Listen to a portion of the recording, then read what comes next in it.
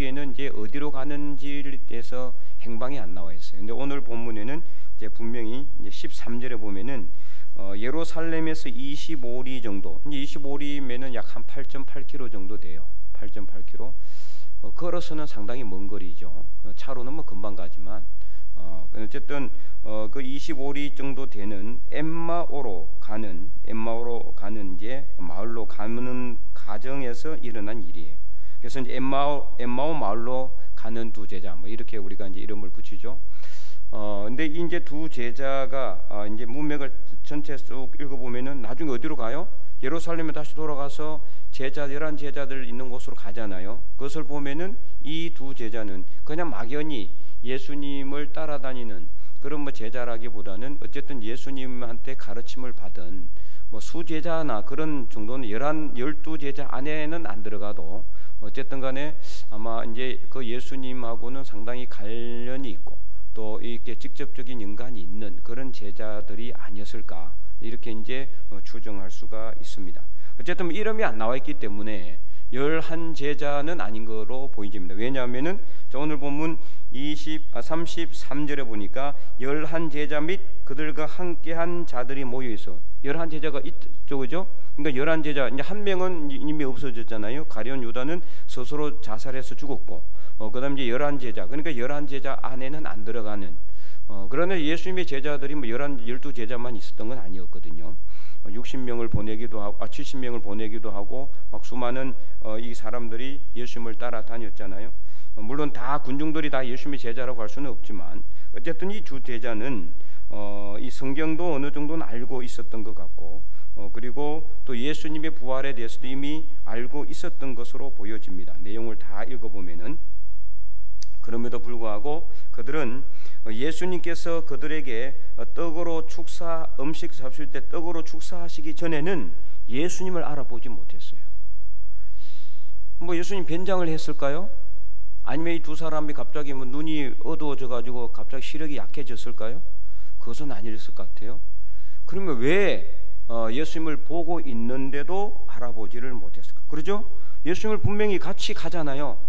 길을 가면서 그러면 예수님이 뒤따라오고 이 사람들은 앞만 보고 뒤를 전혀 돌아보지 않고 서로 뭐 이렇게 대화를 했을까요? 이거 말이 안 되잖아요. 같이 대화를 하고 가면서 얼굴을 봤을 텐데 왜 예수님을 알아보지 못했을까? 여러분 의문 들지 않으세요? 저는 이 성경 이 본문 읽으면서 도대체 왜 예수님을 못 알아봤을까?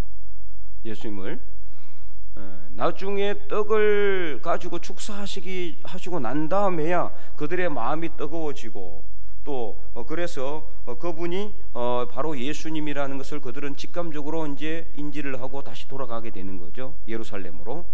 어쨌든 간에 오늘 본문에 25절에 보면은 25절에 이르시되 미련하고 선지자들이 말한 모든 것을 마음에 더디 믿는 자들이 바로 이 두 제자라는 것을 알 수가 있어요.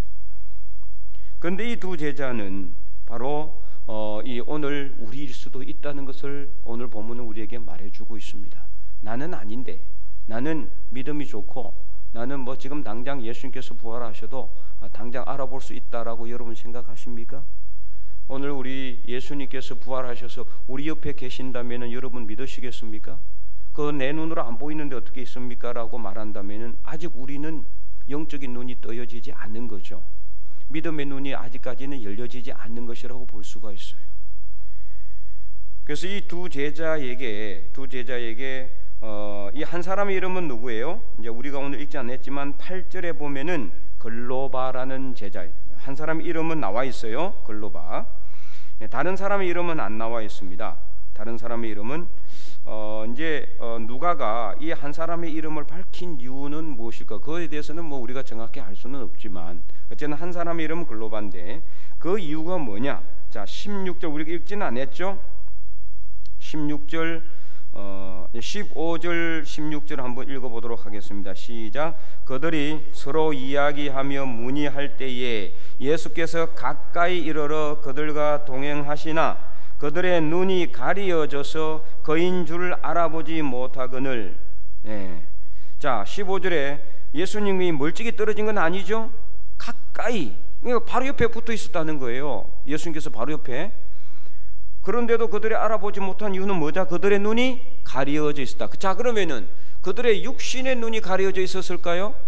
아니죠. 육신 눈이 가려졌으면 길 갈 수 있어요? 길 못 가죠. 뭐 예수님께서 뭐 지팡이를 잡고 뭐 따라오라고 끌고 간 것도 아닐 테고.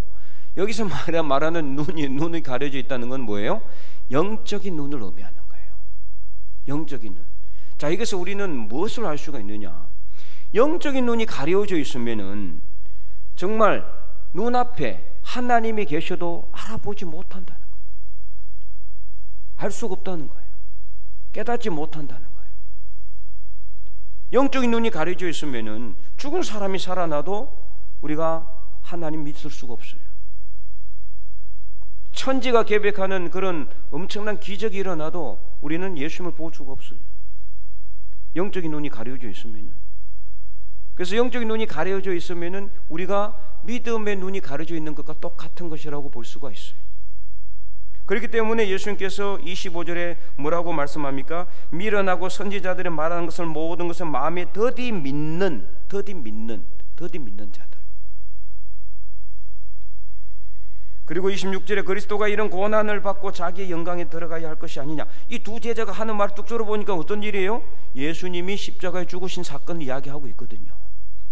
근데 그걸 마치 이 두 제자는 어떻게 이야기하고 있느냐? 우리가 25절부터 읽었기는 했지만은 이들은 마치 예수님의 죽음을 다른 사람 이야기하는 것처럼, 그냥 일반 다른 아무 자기들과 상관없는 사람 이야기하는 것처럼 그렇게 이야기하고 있어요. 나중에 시간 나면 꼭 읽어보십시오. 24절까지. 전혀 그들의 믿음의 눈이 가려져 있었고, 그러니까 영적인 눈이 가려져 있으니까 예수님을 보고도 믿지 못할 뿐만 아니라 예수님께서 십자가에 못 박혀 돌아가시고 다시 부활하실 것이라는 그 부활에 대한 믿음도 전혀 없었다는 것을 알 수가 있습니다. 그래서 그들의 눈이 감기어져 있었기 때문에, 그들의 영적인 눈이 감기어져 있었기 때문에 그들은 예수님을 보고도 알아보지 못한 것입니다. 오늘 여러분은 어떻습니까?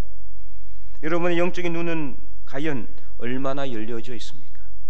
그냥 지금 열리고 있는 상태인지, 아니면 완전히 열려져 있는지, 아니면 아직 열리지 못하고 있는 상태인지, 평생토록 내가 정말 열심히 예수님 믿고 주일에 나와서 예배 드리고 말씀도 읽고 기도도 열심히 하고 예배도 열심히 드리고 하나님께 정말 이렇게 봉사하고 헌신하는 삶을 살아왔음에도 불구하고 여전히 영적인 눈이 가리워져 있어서 내 앞에 하나님 계셔도 알아보지 못하고 주님께서 나와 동행하셔도 전혀 깨닫지 못한다면은 정말 우리가 지금까지 믿음 생활한 것이 얼마나 허망한 일이 되겠습니까? 여러분, 지금이라도 우리의 영적인 눈이 뜨여져야 됩니다. 이 뜨여지기 위해서는 어떻게 해야 되느냐? 오늘 말씀에 이 믿음의 눈이 뜨여지기 위해서 30절에 예수님께서 그 답을 주고 있어요. 자, 그들의 눈이 완전히 가려져 있었고 예수님을 보고도 전혀 깨닫지도 못하고 한 마을로 같이 들어갈 때까지 알지 못하고 음식 잡수실 때에 예수님께서 어떻게 했다고 그랬어요? 30절 한번 다시 한번 읽어볼까요? 그들과 함께 음식 잡수실 때에 떡을 가지사 축사하시고 떼어 그들에게 주시니 그들의 눈이 31절 밝아져 그인 줄 알아보더니, 이제 예수는 그들에게 보이지 아니하신지라. 이제 예수님이 누군지, 이분이 바로 예수님입니다. 그러네 보는 순간 예수님은 이제 사라졌어요. 자, 여기서 축사라는 단어, 우리 여러 번 제가 말씀을 드렸죠. 500여의 기적, 700여의 기적을 예수님께서 일으키실 때에 떡을 가지사 어떻게 했다 그랬어요? 하늘을 우러러 축사.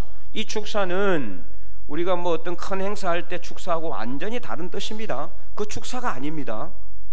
여기서 말하는 축사는 바로 뭐냐? 감사기도예요. 감사기도. 감사기도 했다는 뜻이에요. 그래서 이 축사라는 헬라어 율로게센이라는 단어는 찬양을 하다, 복을 빌다, 감사하다, 그런 뜻을 가지고 있어요. 감사기도한다라는 뜻이에요. 이게 종합적으로 이제 우리가 해석을 한다면은 감사기도한다라는 뜻입니다. 다시 말해서 우리가 항상 하나님을 찬양하고 다른 사람들 위해서 복을 빌고 감사하며 기도할 때 뭐가 떠여진다? 우리의 영적인 눈이 떠여지게 되어 있다라는 것입니다. 아니, 난 열심히 찬양도 하고 열심히 했는데 안 되던데요? 아니요. 여러분 그 찬양이, 오늘 여러분 찬양했죠? 장로님께 열심히 인도하시고 여러분 정말 뜨거운 가슴으로 정말 온 마음을 다해 찬양했습니까?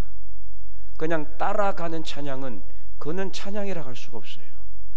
내가 그 찬양 가사에 같이 들어가서 진심으로 그 은혜를 받고 우리가 찬양하면서도 눈물 흘릴 수도 있어야 돼요. 찬양하면서도 우리가, 왜 찬양 가사가 성경 내용이기 때문에 그렇잖아요. 찬양 가사가 유행가면은 모르지만 그게 아니거든요. 하나님의 말씀에 곡을 붙인 게 찬양가입니다. 찬양곡입니다. 그래서 여러분들 찬양할 때 정말 진심으로 찬양하세요. 그러면은 뭐가 열려요? 영적인 눈은 열리지 말라고 해도 열리게 돼 있어요. 여러분이 찬양하면서 내가 가슴이 울리고 내 마음이 감동이 되고 눈물 흐르는 이유는 뭐예요? 하나님이 나와 함께 하신다는 증거입니다. 성령께서 나와 함께 하신다는 증거입니다. 간절하게 기도할 때, 내가 온 마음을 다해서 기도할 때, 정말 진심으로 하나님을 만나고자 하는 심정으로 기도할 때, 그때 우리는 하나님을 만나게, 그때 우리의 영의 눈이 열리게 되는 거예요. 무슨 여러분 영안이 열린다고 해서 뭐 하늘이 열리고 막 그래가지고 뭐 미래일이 보이고, 이게 영안 열리는 게 아니에요. 여기서 말하는 그들의 눈이 닫혀 있다는 것은 믿음의 눈을 이야기하고 영적인 눈을 이야기하는 거거든요. 우리가 하나님을 깨닫고 성령을 깨닫고 성령이 나와 함께 하신다는 것을 내가 완전히 확신하고, 그래서 내 마음이 뜨겁고 내 마음이 불붙을 때, 그때 우리는 영의 눈이 열리게 되는 겁니다. 무슨 뭐 영적인 눈이 영계가 열린다고 해가지고 뭐 옛날에 부흥 강사들이 막 그 마치 미래 점쟁이들이 하는 것 같은, 이거는 아주 사술적인 거예요. 비성경적인 내용입니다. 성경은 그런 이야기 하나도 없어요. 그렇잖아요?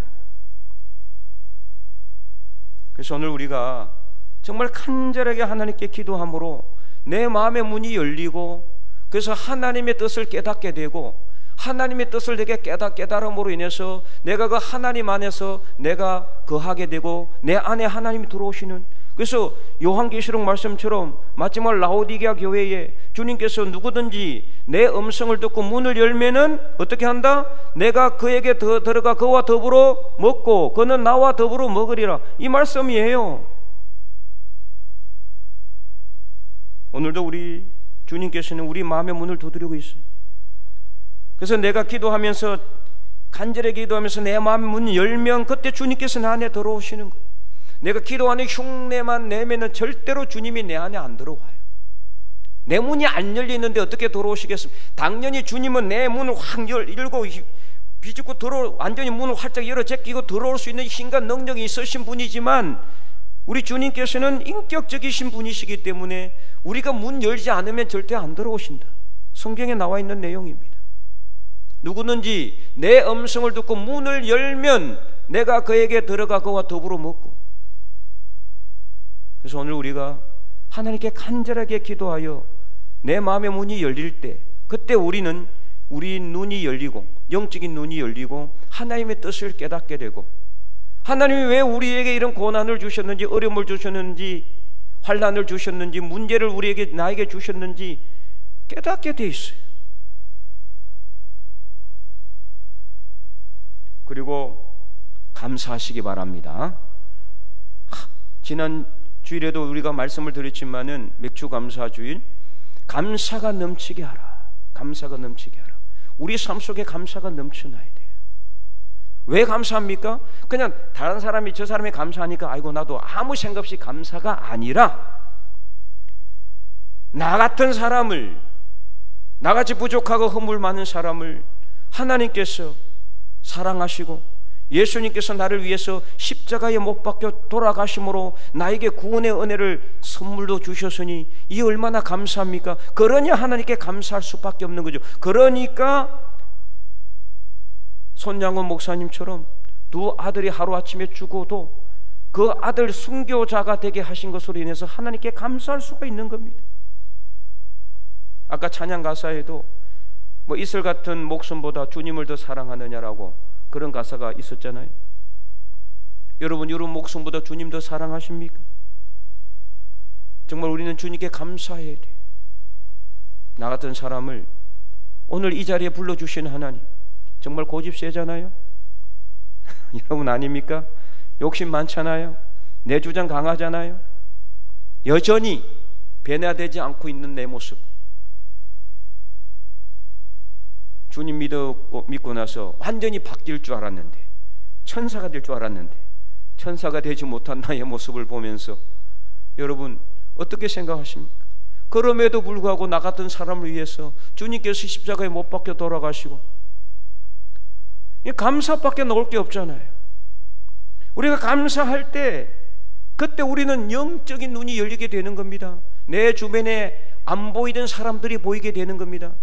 필요로 하는 뭔가를 나의 도움을 필요로 하는 사람들이 보이는 겁니다. 그 사람들을 위해서 기도하게 돼 있는 거예요. 감사하지 않을 때는요 아무것도 안 보여요. 나밖에 안 보이는 거예요. 그죠? 불평과 원망밖에 안 생기니까 영적인 눈이 뜰 리가 없어요. 믿음의 눈이 뜰 리가 없는 거예요. 그래서 이렇게 예수님께서 떡을 떼어 그들에게 축사하실 때 그들의 눈이 밝아져서 거인 줄 알아봤다. 오늘 우리가 이 율로 계신 하나님을 찬양하고 마음을 다해서 하나님을 찬양하고 하나님 앞에 간절하게 기도하고 다른 사람을 위해서 복을 비고 감사할 때 오늘 우리 믿음의 눈이 떠여져서 우리가 주님 앞에 나중에 섰을 때 믿음의 훌륭한 사람이라고 칭찬받을 수 있는 하나님의 거룩한 백성들이 다 될 수 있기를 주님의 이름으로 간절히 축원드립니다.